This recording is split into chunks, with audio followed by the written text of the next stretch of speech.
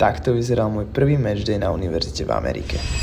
Čaute, moje meno je Adam a pred 2 týždňami som sa rozhodol zdieľať moju cestu zo Slovenska až do Ameriky. Dnes mňa a môj tím čaká prvý prípravný zápas proti Illinois College. Ešte pred rozcvičkou si vždy spravím mobilitu, aby som bol čo najlepšie pripravený na zápas. Úprimne, netušil som vôbec, čo očakávať prvého zápasu, ale hneď od úvodu som sa cítil dobre a takisto aj moji spoluhráči. Podarilo sa nám dať prvý gól a ty napíš do komentáru, či to bol gól alebo nie, lebo vyzeralo to všelijako. Pri druhom góle som mal sekundárnu asistenciu a pred koncom polčasu sme zvýšili na 3-0. Prišli nás podporiť aj študenti zo školy a keďže sa hralo na večer, tak tá atmosféra bola fakt super.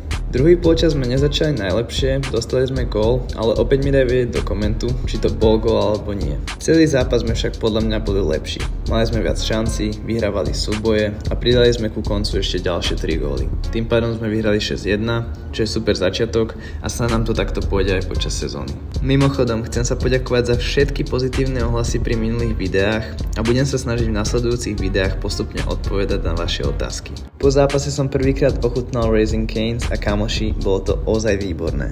To bolo na dnes všetko. Ak sa ti videá páčia, nezabudni ma podporiť lajkom a vidíme sa opäť zajtra.